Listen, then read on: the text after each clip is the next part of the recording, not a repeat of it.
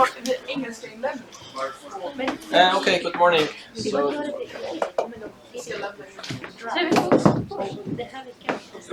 there is one part in Math 4 that has been moved to Math 5, and that is called Differential Equations. So, today we want to talk about that. I will keep this session short, but we will continue more structured from next time. So this nature, the nature of this topic is more or less like Math 4, not Math 5 that we have so far. So what is a differential equation? So this is a very, by the way, important topic. Let me just motivate you by a simple problem from physics. So assume that you have a surface. You can. So we imagine that there are no frictions on this surface, and then you have some spring connected to a mass. So let me call this. Let us consider the mass of this object is m. Let us assume that the spring constant is k newtons per meter. M is also, for example, in terms of kilograms. And then you know that, for example, let me consider this equilibrium position to be 0, and let me consider this the x-axis. Okay. And what I do, for example, I stretch it a little bit to the right and then release it. It will start oscillating back and forth. And then what happens, for example, let us see what we can do. For example, assume that you stretch it up to this point. So for example, assume that from here to here, I don't know, is a meters. And then you release it. The spring will exert a force on this and pull it to the origin. But then when this comes to the origin, naturally you know it has a speed in this direction. So it will go in this direction until it is squeezed so that the force will cancel that acceleration, and then it will go back to the other direction again. Yes? So what we know is that if I ask you, can you predict the position of this mass as a function of time, then you will face what we call a differential equation. Yes. For example, let me consider that. So x is the position of this mass. It will be a function of time. It is clear because, for example, when t is 0, the initial condition, the initial position, what is, for example, x of 0 in my setup? You can say it is a meters. Yes. If it is on the right-hand side of O, I consider it positive. If it is on the left-hand side, I consider it negative. Yes.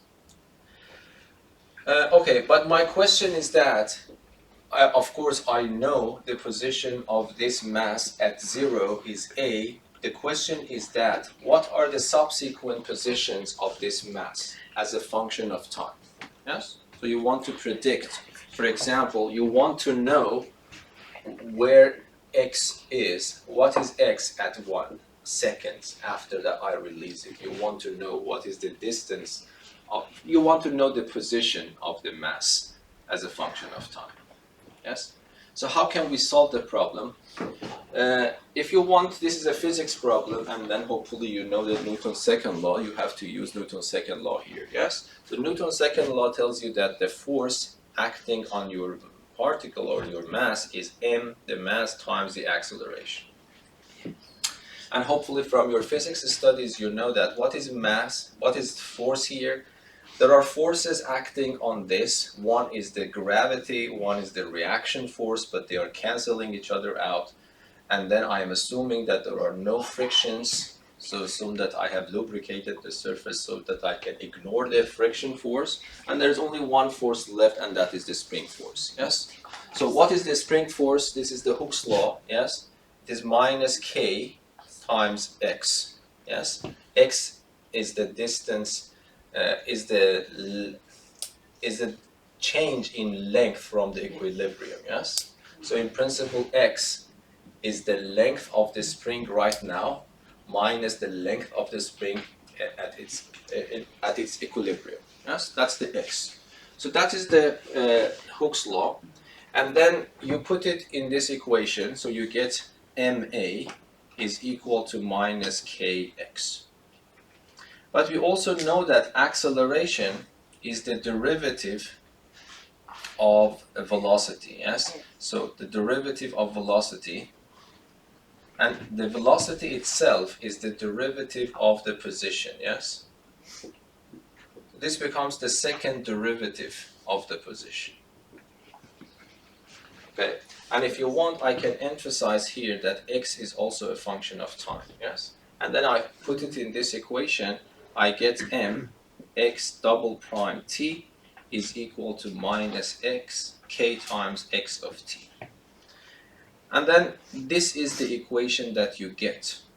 But this is not a normal equation, yes? In a normal equation, I don't know, you have 2x plus 5 equals to 0. X is a number that you are looking for in a normal equation, yes? So you get a number for x, if you calculate it becomes minus 5 over 2. But that is also an equation because you have equality and something is not known.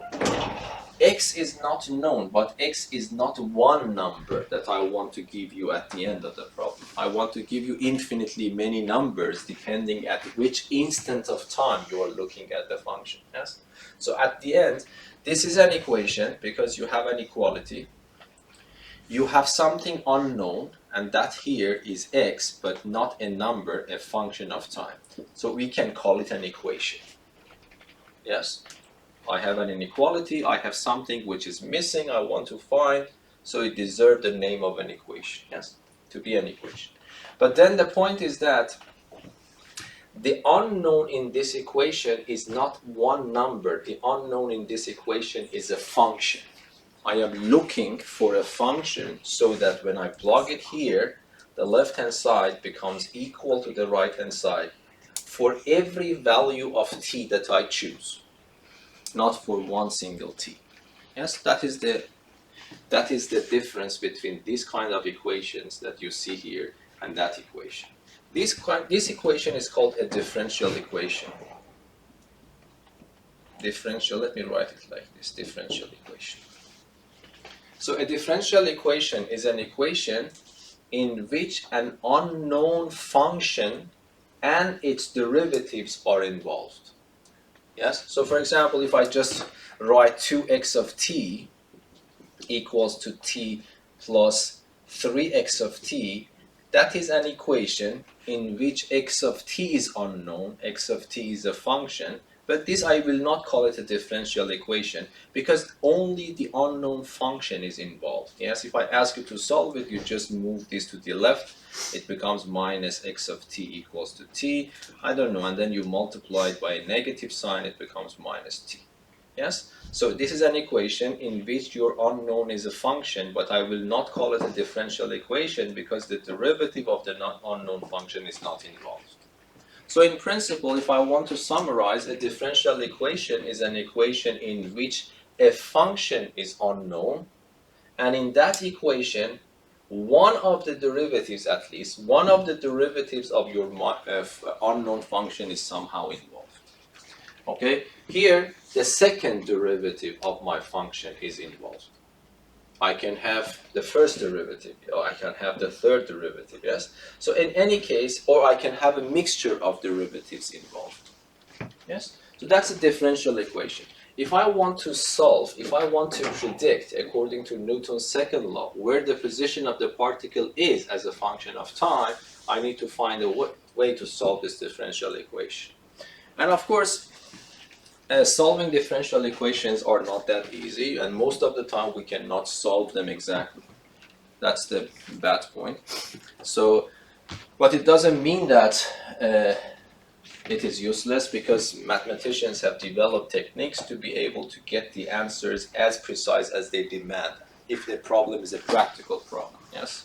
So all the engineering problems, science problems, I don't know, chemistry, biology, if you want to make a model of something, usually you end up with a differential equation. Because the laws governing nature apparently is somehow related to the derivative. Sorry. And if you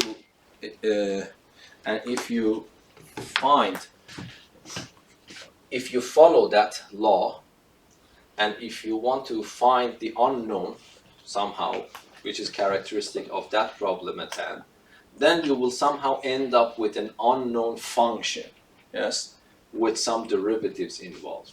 So this is the topic of differential equation. Is very important practically if you want to do something, for example, if you want to solve a model and do some predictions what will happen for that system in the future. I would say that always you are facing a differential equation. The bad news is that we cannot solve most of them exactly, but we can solve them more or less every equation that we need. We can solve them numerically, yes, to any precision that we want. But of course, there are some important cases that we can solve them analytically and exactly. None of them will be covered in this course, but might be. There are some, you know, that the next chapter is problem solving. Then we can choose some topics to continue. So one of the topics that we can choose to continue is solving a little bit harder differential equations and understand them more systematically. Okay, any questions so far? Okay, so here, if I want to solve this, the way that we do it is like this. So for example, I don't want to start solving this because this is not something that you can immediately solve. And then in physics, usually we divide by m. So these are not mathematical things, but in physics, this is common. You divide by m. And then there is a name for that, and that is called omega squared. Yes? So in physics, k over m square root is what we call omega, the angular frequency. And then you put it there. It becomes x of t plus omega squared x of t is equals to 0. Okay, so this omega is not an unknown because I told you I give you the mass so you can measure the mass, so m is known to you, and then if you buy a spring, k is more or less given by the manufacturer. So you can find k, so k is given, m is given, you put it in this formula, m is given. So the unknown, the only unknown in this equation is x of t. And then if you can solve and find x of t, then it means that you can predict the position of this mass as a function of time. Yes, is that clear? So that's the more or less the motivation behind.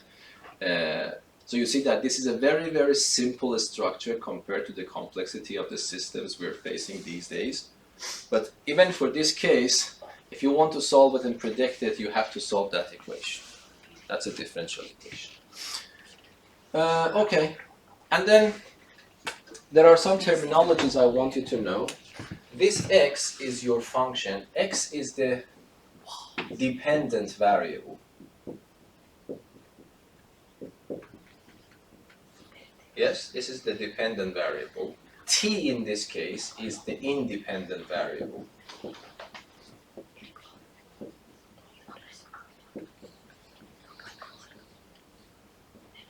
In this setup, it was common to call x your function, t your independent variable. But usually in mathematics, x is played by y, and t is played by x, yes? Because your dependent variable in mathematics is y, and your independent variable is x. In this setup, because it was a physics problem, it was more or less natural to consider t as the independent variable time, yes? But usually, for example, in mathematics, you might see something like this.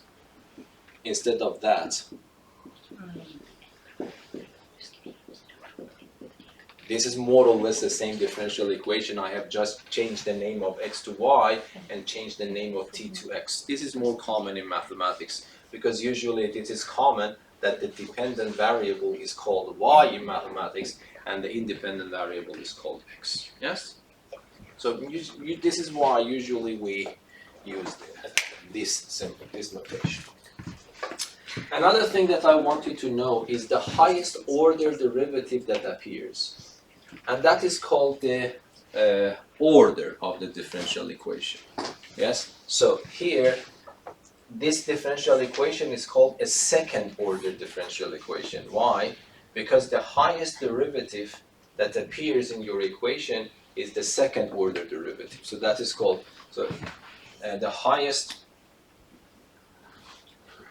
the order of the highest derivative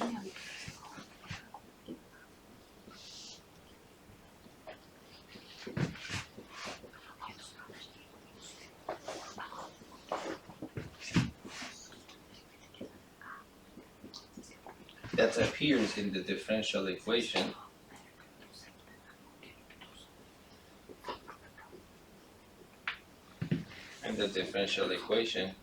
is called the order of that differential equation. Yes? So this differential equation is a second order differential equation. So for example, let me just write some differential equations for you. For example, y double prime is x squared plus x. But let me write it y triple prime. This is a differential equation. And usually, by the way, we do not write the independent variable. Yes? Of course, in this case, it is clear that one of them is dependent, the other one is independent, because I have the derivative sign on y, so it shows that y is the dependent variable, x is the independent variable. So we do not emphasize by writing x here in brackets. So this is a differential equation. Y is the dependent variable, x is the independent variable, and the order of this differential equation is 3 because the highest derivative that appears is of order 3. Yes? For example, I can have this scenario: x squared y double prime plus x y prime is sine x. I can easily write differential equations, but solving them is a whole new story, yes? There is no guarantee that I can even solve these differential equations. So that's a differential equation. So what is the order of this differential? Let us just check it again. So this is a differential equation y, because it is an equality, so it's equation, and you have an unknown function. What is the unknown function here is y, yes? And so y is your dependent variable, x is your independent variable, and what is the order of this differential equation? There are two derivatives involved in this differential equation, but the highest one is second order, so we say that this is a second order differential equation. Yes? So is the terminology clear? Okay. Usually, it's very common to use the Leibniz notation in differential equations, yes? For example, instead of writing it like this, do you remember the Leibniz notation? So they write d3y dx3. So this is usually good because it immediately clarifies which one is the dependent variable and which one is the independent variable. So do you remember that was the Leibniz notation? It's a little bit odd way of writing, but that's the Leibniz notation for the third derivative, yes? So you can write this in Leibniz notation using write like that. If you want to write this in Leibniz notation, you write it like this, yes?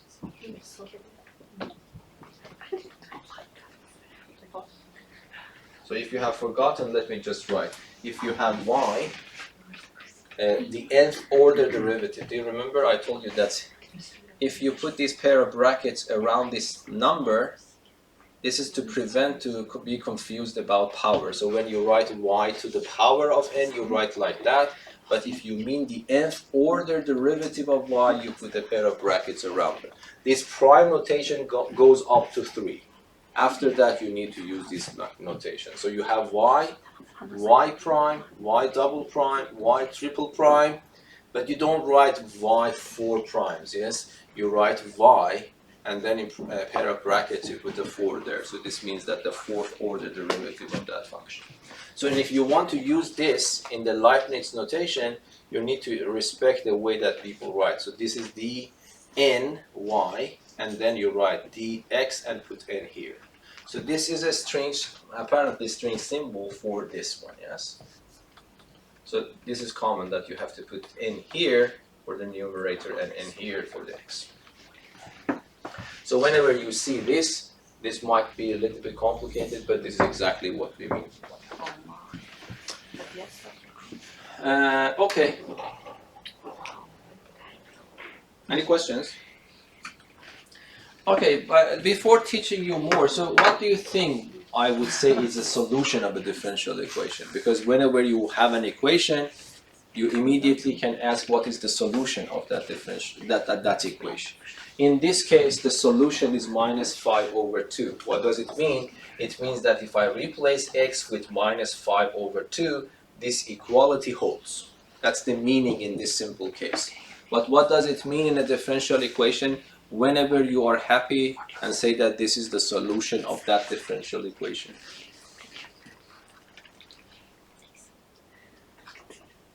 When do you think we say that? So because you know that in a differential equation, I told you that what is the unknown, and the unknown is a function. So when do you say that this function is a solution of this differential equation? This function is a solution to this differential equation. When do you say that? And let me ask you, for example, I give you a simple differential equation. Even without teaching you differential equation, you probably know. If I ask you, find a solution of this differential equation, can you find it? What do I mean by finding a solution to this differential equation? First of all, this is a differential equation. Why? Because this is an equality, it's an equation, and the unknown here is a function. I want to find a function whose derivative is equal to x. Yes? So this is a differential equation, and I want to find. But every one of you probably knows the answer to this. So what is the answer to this differential equation? What is that? Give me a function so that when I put it here, the left-hand side becomes equal to the right-hand side. That is the meaning of a solution. Hopefully, okay, you agree that this is a solution. Yes? Y equals to 1/2 x squared is a solution to this differential equation. What does it mean? It means that when I replace y with this given answer, the left-hand side becomes identically equal to the right-hand side. Not for just one value for x, for every value of x. That is the crucial part. Here, we don't say for every value of x. There is only one value for x. But here, that's a function, yes? When I say that this is a solution of this differential equation, it means that if you take y and put this there, and then put equality x, this equality is true for all x. This is the meaning. Is that right or not? Because we know that the derivative of this is x. For which value of x? For every value of x. So yes, this is a solution of this differential equation. Can you give me another solution?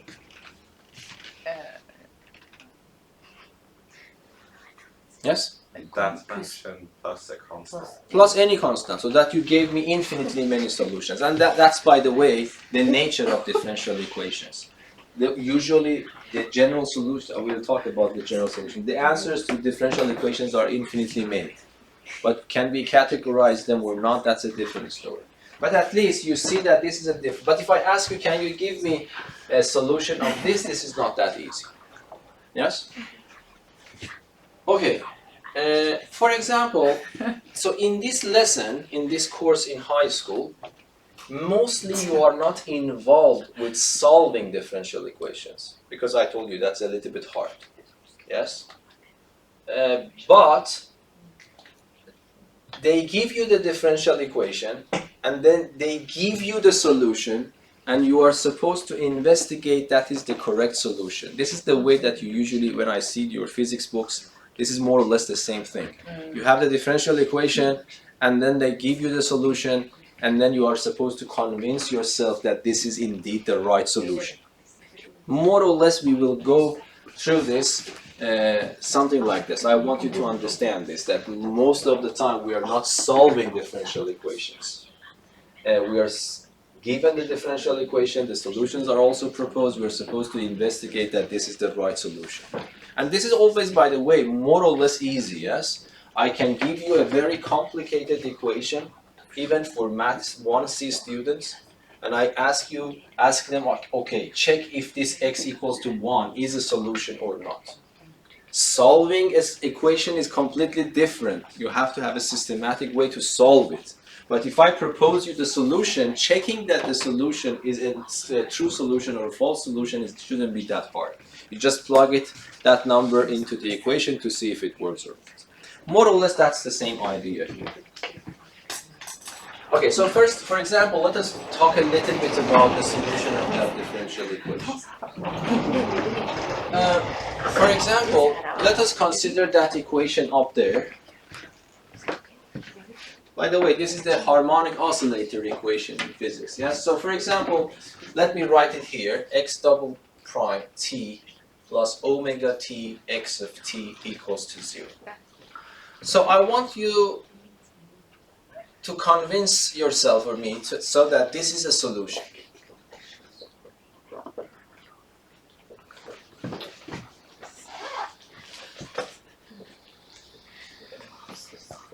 Yes. So I'm asking you to show that this is a solution of this differential equation.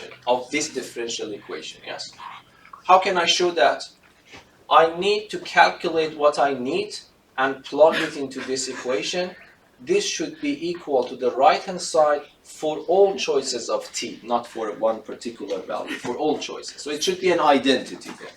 So if you want to check that this is a solution of this differential equation, what you need x double prime. So from here, you calculate x prime t. So this becomes the derivative of this one. So what's the derivative of sine omega t? What is that? Omega cosine. Omega, yes. Omega cosine omega t because of the chain rule.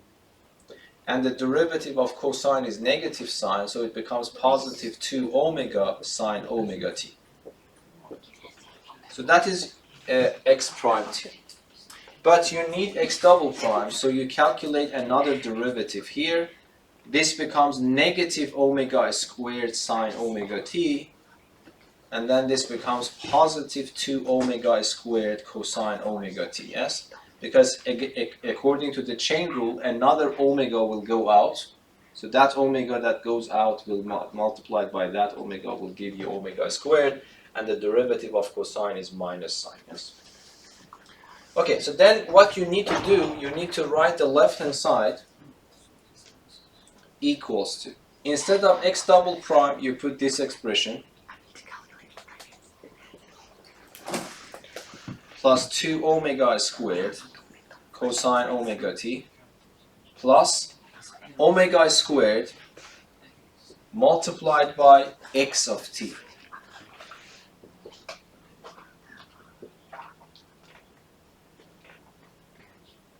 Yes? And then you have to simplify and convince yourself this is always equal to the right-hand side. Yes? So how should you do that? That's very simple in this case, yes?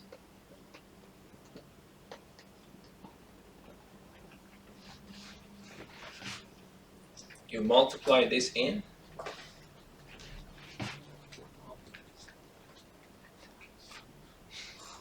And then if you see, this is very simple calculation. You see this one and this one are equal and opposite, and the same happens here. And this becomes 0, and 0 is equal to the right-hand side, yes? So we showed that the left-hand side of this equation for this particular choice is equal to the right-hand side. Yes? Okay, let me ask you another question. So, any questions here? I hope that I could convince you that this is a solution to this differential equation. Yes? Let me tell you, by the way, another thing, and I want to ask your understanding about the idea. So, if I give you x of t instead of giving you sine omega t minus 2 cosine omega t, I just write sine omega t. Yes? And then I ask you to do the same calculations. Let us check if it is true or false. So x prime t becomes what? Becomes omega cosine omega t. And then x double prime t becomes minus omega squared sine omega t. And then if you go again here, the left hand side is equal to x double prime is that guy. And then you plus omega squared times x. So omega squared times x. What happens? This becomes 0 again. That is the right hand side. So this is also a solution. That was also a solution. So is that understandable? Yes or no? Okay, but then I hope that you shouldn't be very happy. From mathematical point of view, you are happy because you got two solutions. But from physical point of view, you are in trouble. Why is that? What's that trouble?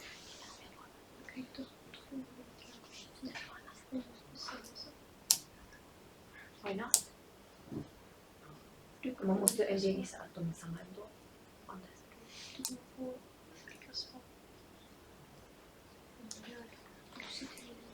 Because, for example, let us. The point. Do you remember what was the question? The question is that predict what is, for example, the position of the particle 1 second later. Yes. So which one I should use? Because if I use this x after 1 second, I plug 1 second here, it becomes sine omega minus 2 cosine omega. Then this solution tells you that after 1 second, after you release it, 1 second after you released your mass, the position is this number. And if you use this solution, this predicts that 1 second later, this is this one. Okay, so which one do you trust? Do you trust your particle is here after 1 second? And by the way, the whole power of physics is to predict, not just to see where is it. Yes, because we want to predict. So which one is acceptable? This one is acceptable. This one is acceptable. I can give you a lot of answers, by the way. So which one of those infinitely many answers I use to predict this physics problem? Yes? Isn't it possible that 2 cosine omega is equal to 0 at that point? No, because this is not in my control. Omega is already fixed. So I have my mass, I cannot change it in the middle of the experiment. And whatever you have chosen for your spring, you cannot change it in the middle. Yes? And I can, even if that's correct, I can give you infinitely many more solutions. You can trust me on that, okay? But then all of them are mathematically acceptable as a solution to this differential equation. Yes? But which one we have to use to predict the behavior of this mass in a future time?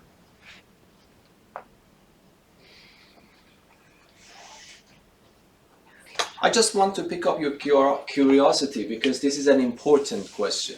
Yes, this needs.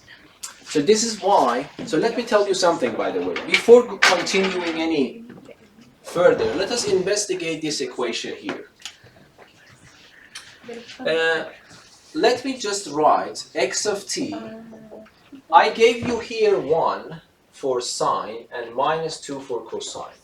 In this solution, I gave you 1 for sine and 0 for cosine. Let us check this. Let me give you an arbitrary constant a for sine and an arbitrary constant b for cosine. And let us check this solution. Yes? So if you tell me what a is, what b is, I'm just telling you that they are arbitrary constants, whatever you want to. Okay? But let me just do the calculation once more. So x prime of t becomes what? Becomes a omega cosine omega t minus b omega sine omega t, yes? and then x double prime becomes minus a omega squared sine omega t, and then minus b omega squared cosine omega t, yes? And then I calculate the left-hand side to see if it is really equal to the right-hand side. So x double prime is this, I put it here, minus b omega squared cosine omega t, okay? And then let us just do it in our head. I have to multiply my x by omega squared and add it here. So I multiply this by omega squared and add it here, it becomes a omega squared sine omega t, and then plus b omega squared cosine omega t, yes? And then what happens, you see, independent of what value I choose for b, these two are cancelled, yes? And these two are also cancelled. And the answer becomes 0 and it becomes equal to the right-hand side. So now tell me, how many solutions I got for this differential equation? How many solutions I got by doing this calculation for you? Yes? Infinitely many for any choices of A and B. So you see that for any choice of A and B, I have a solution for this differential equation. But every one of you knows that this is not possible for your particle. So at a given instant of time, it should have a specified position. It cannot be at infinitely many places, yes? We want to have a prediction. Okay, so then what happens, by the way, this terminology I want you to know, this is called the general solution. So I want you to respect this, the word general here. This is called the general solution of this differential equation. Why? Because it satisfies the equation identically. That's the first thing. The second thing is that it contains two free parameters, A and B, are free. You can choose them whatever you like. How many free parameters are involved here? 2. What is the order of the differential equation 2? So that is the definition of the general solution. The general solution to a differential equation at this level that you are thinking is a solution of the differential equation that contains as many free parameters as the order of the differential equation. Yes, so be careful. That's the definition. I want you to know that. That's part of your lesson. When you say that I have the general solution for my differential equation, it means that you have the solution, but in that solution, you have as many free parameters as the order of the differential equation. For example, do you remember I talked about this differential equation, and Kevin told me that the answer is this. Now, is this the general solution of this differential equation? Can I say that this is the general solution of this differential equation? Yes? Yes. Yes, why? Because first, it satisfies this equation independent of what I choose for C. Yes. And then, how many free parameters you see? Oh, sorry.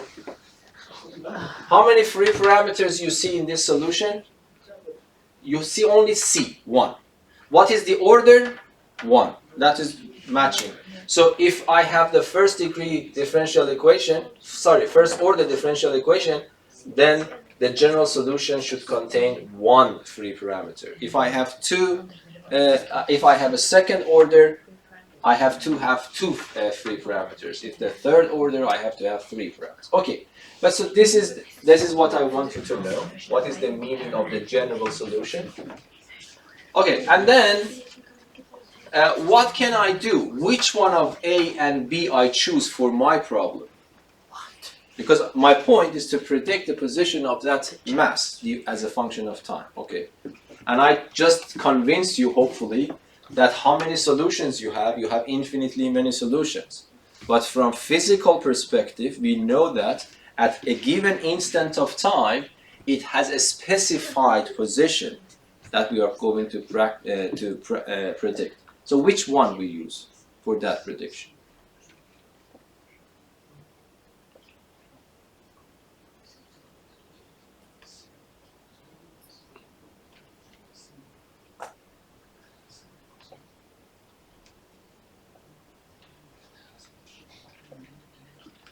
No, so just rely on your intuitions.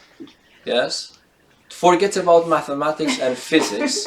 So you have this experiment. What do you think will be involved in the problem in your future predictions? Because you know, this differential equation is always this. But so it means that you can do this experiment in different ways. But in all of them, the differential equation is this, but something else is changing. Yes, Dima? If it's the sine of omega. No, the omega is actually not under your control. Omega is square root of k over m. In your experiment, you have a given spring, so the k is fixed. You have a given mass, m is fixed, and if they are fixed, this number is also fixed. But you can do this experiment in different ways. How can you just tell me? I have assumed that you have a spring here, you have a mass here. You want to do this as a spring, just play a game with the spring and mass, yes? What can you do? One way is just to pull the spring here and release it. It will start oscillating back and forth. And another way is to do what? Push it forward. Push it in this direction or give it a jerk, you know, just give it hit it with something, give it an initial velocity as well. I hope that you agree with me, the behavior of the mass will be different. Yes? If I bring the mass up to some point and release it, it will go back and forth, okay? I can bring it here and just hit it, I will actually move it with a velocity.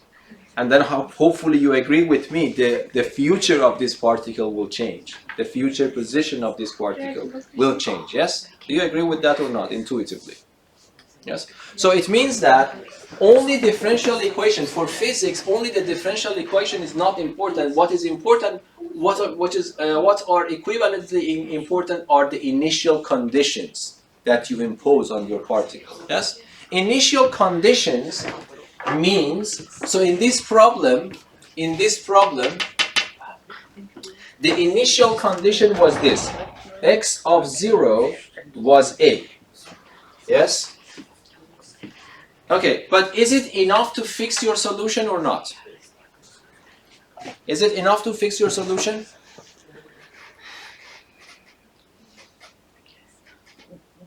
No, because how many free parameters are there?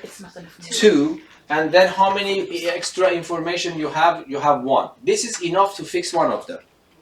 Okay, so but you need 2 pieces of information. What would be the other piece of information? Can you tell me? In this experiment that I described for you, I bring it up to here and release it. So when I bring it up to here and release it, it means that the position of this particle at the initial time 0 is A meters from the origin. And I release it. So what is an extra piece of information that I get from this way of doing it? That's the velocity. So what is the initial velocity?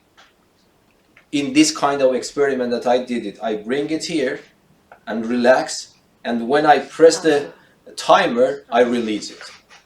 Yes? So what is the initial velocity? 0.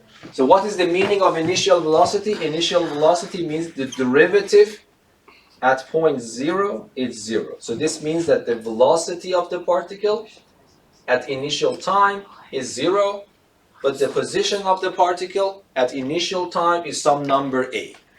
These 2 numbers will fix those free parameters for me. Yes? Is that right? So this means that, for example, I have to put 0 here, and the answer should be A. So instead of x, I put A. Instead of 0, instead of t, I put 0. Sine of 0 is 0. Cosine of the 0 is 1. So this becomes A is equal to B. Yes? And then here, x prime t is here, you see? X prime of 0, I put 0 here. This is gone. This becomes A omega. So A omega is equal to 0.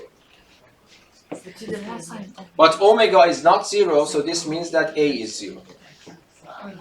Now I put these numbers back into my general solution. X of t becomes equal to, instead of A, I put 0. This is totally gone. Instead of b, I put a. So this becomes a cosine omega t. And this is what you have seen in physics, yes? X of t is a cosine omega t. And this is exactly one solution. So the prediction of the future of this mass is predicted by this formula, not by this formula. This is the set of all solutions to this differential equation. This differential equation is not sensitive to the initial conditions. What matters for the initial conditions are fine-tuning these little a and little b. After that, this is the formula that you can rely on if you want to predict the future of this system. So what I am telling you that for solving a differential equation in mathematics, usually we care about the general solutions. But when we want to use that idea in a physics problem, not only the differential equation matters, but also the initial conditions matter. Yes, the initial conditions means giving you some extra pieces of information about how the system is acting right now to be able to predict the future of the system. And that is more or less the same. This is always the case in every model. So you have some information about the system right now. You know the law governing the system. Your goal is to predict what would be the behavior of the system in a later time, at a later time. Yes? But that's the idea. Okay, so you learn a lot of things. These things I want you to know. The notion of the general solution, the notion of the initial conditions.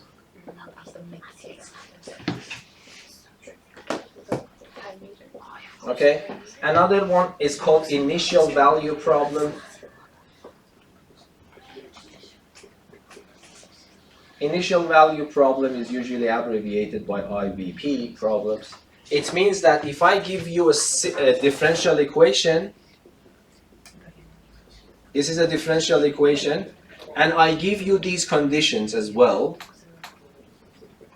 the whole package is called initial value problem.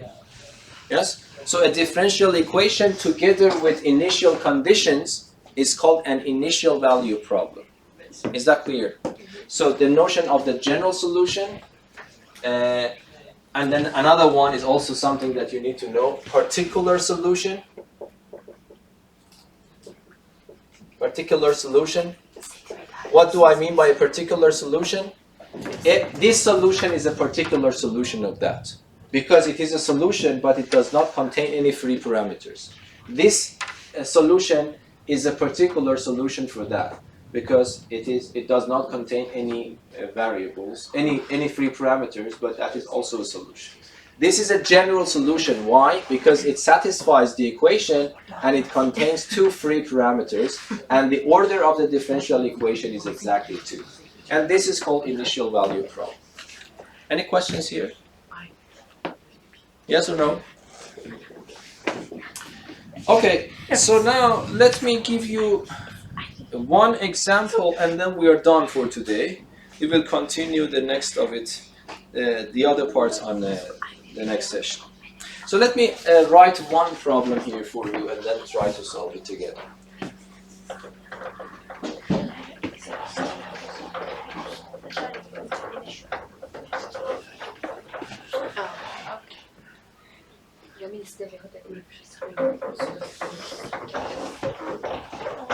So, by the way, in Google Classroom, when I want to refer you to studies, I will refer to Math 4 book.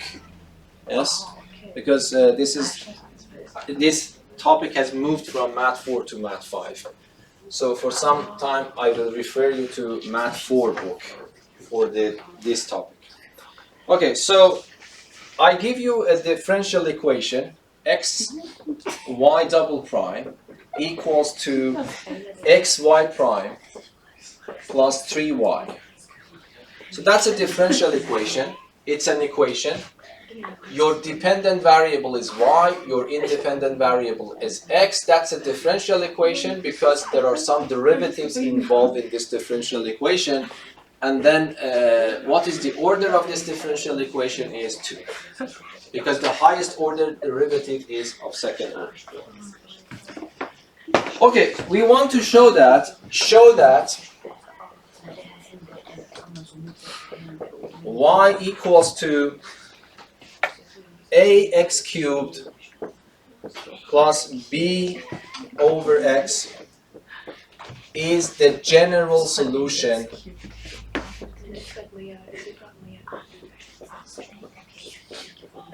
to this differential equation. Yes? And then number 2, solve the initial value problem. This initial value problem. X squared y double prime is equal to xy prime plus 3y. And then I give you this. Y of 1 is 2 and y prime of 1 is minus 6. So I'm just writing this for you here because I want you to understand the meaning of the initial value problem and the general solution and what we have covered so far.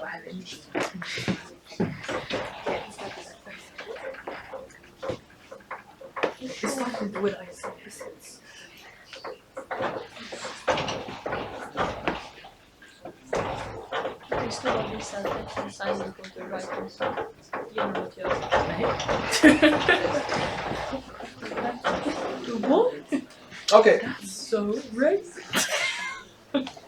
How should I solve the problem? We want to show that this is the general solution to this differential equation. First of all, you need to respect the word, the general. So first of all, I need to convince myself that this satisfies this equality for any choices of A and B. So if you want, I can write A and B are arbitrary constants.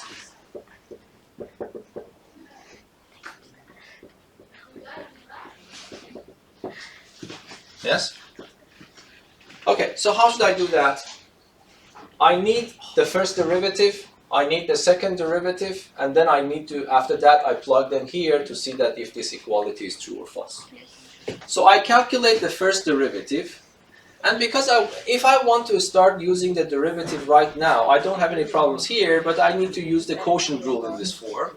And I told you that if it is possible, try to avoid the quotient rule. So that is possible here. So instead of writing y in this form, ax to the power of 3 plus b over x, the reason I wanted to write like this, because it makes it easier. Otherwise, I have to use the quotient rule. Okay, I write it like that. Then I can take the derivative here. So this becomes 3ax squared. And then this becomes minus bx to the power of minus 2.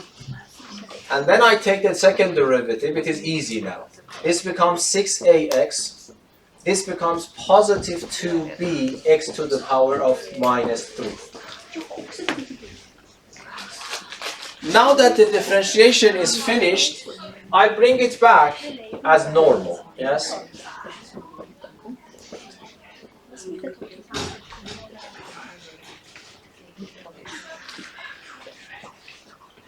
Yes? I calculate the left-hand side. This is better to calculate the left-hand side and the right-hand side separately here and compare them. So the left-hand side is x2 times y double prime. So this becomes x2 times this expression. Okay, I multiply this in, so this becomes 6ax cubed. And then if I multiply this in, x squared and x squared here are cancelled, 1x is left here. So this becomes 2b over x. Okay, so that is the left-hand side. I cannot go further.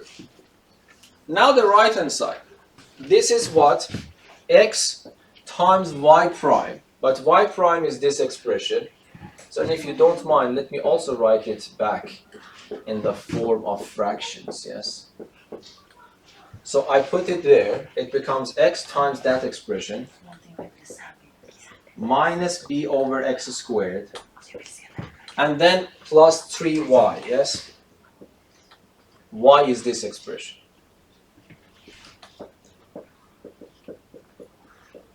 Okay, and then you start simplification. So this becomes 3ax cubed 1x and 1x are cancelled, minus b over x is left. I multiply it there, it becomes 3ax cubed. And then you have plus 3b over x. But here I can simplify. 3ax cubed becomes 6ax cubed. I have minus b over x, I have positive 3b over x, so it becomes positive 2b over x. But you compare this final answer and that final answer, they are exactly identical. Yes. So this means that you can write from number 1 and number 2. So from number 1 and number 2, I can conclude that the left-hand side is equal to the right-hand side. Okay? But this is not finished. You need to write this English sentence at the end. Because I didn't ask you to show that this is a solution. I asked you to show that this is the general solution. So you need to explain that. Why this is the general solution? Because it contains two free parameters. And what is the order of the differential equation is 2.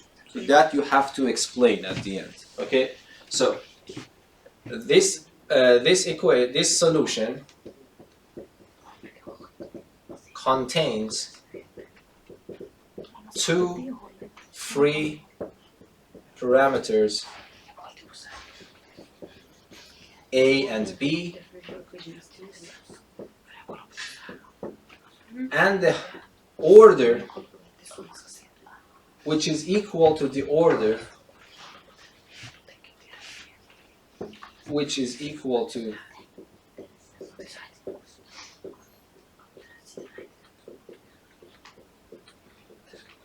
of the differential equation. So you see, if I just tell you that show that this is a solution, this is enough. But when I say that show that this is the general solution, you need to convince me why I can call it a general solution. So then you need to count the number of free parameters in the solution and compare it to the order of the differential equation. They have to match. So this sentence you have to add to convince me that this is indeed the general solution. Any questions? Okay. I can give you this and I ask you solve the initial value problem. Okay? Of course here, if I ask you to solve it, it's a hard problem. But in the first part, I have given you somehow the hint. I have given you the general solution of this differential equation. So you really don't need to solve anything unless you need to consider these two initial conditions. And that is easy. How many free parameters are in the problem? 2. How many extra pieces of information I have provided for you? 2. So these two should be enough for determining those two values. So that is the meaning of an initial value problem. So let me keep it like this.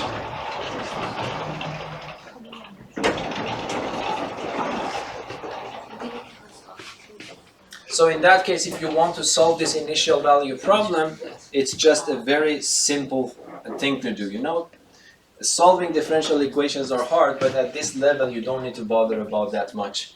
So you need to understand the terminology mainly. Okay, so if I want to solve that, you can say that, okay, the general solution of this problem, according to the first part, is given by that formula. What was that? X.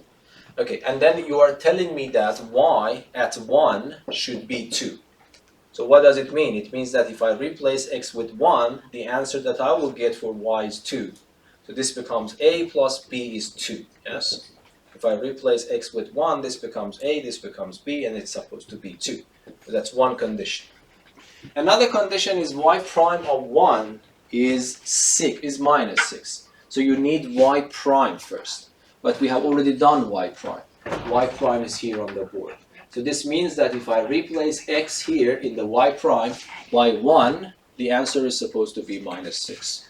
So I would write that, let me write it here. Y prime is equal to 3ax squared minus b over x squared. And then y prime of 1 is minus 6, so this would imply that 3a minus b is equal to minus 6. And then you solve a system of equations, just normal equations, because these are numbers. And this is very simple to solve, yes, because if I add them, A becomes 1 and B also becomes 1. If you add them, 4A becomes, it becomes minus 1. Because 4A becomes 2 plus minus 4 is minus 4. I divide by 4, it becomes minus 1. I put it here, B becomes 3. But you shouldn't stop here. The answer that you have to provide for the problem, when they call it initial value problem, is the y. So y is equal to, instead of A, you put minus 1. Instead of B, you put 3. So it becomes 3 over x. That is the solution to this initial value problem. So in this lesson, actually, I just wanted to introduce you to the notion of the differential equation and different terminologies that are used. So the terminologies are the general solution, the particular solution, a particular solution, initial value problem, and then initial conditions, and the order. These terminologies I want you to know. Any questions? Okay, so this is not in Math 5 yet. This I will refer on Math 4 in the book, and then you will continue later by Math 5 book. Thank you.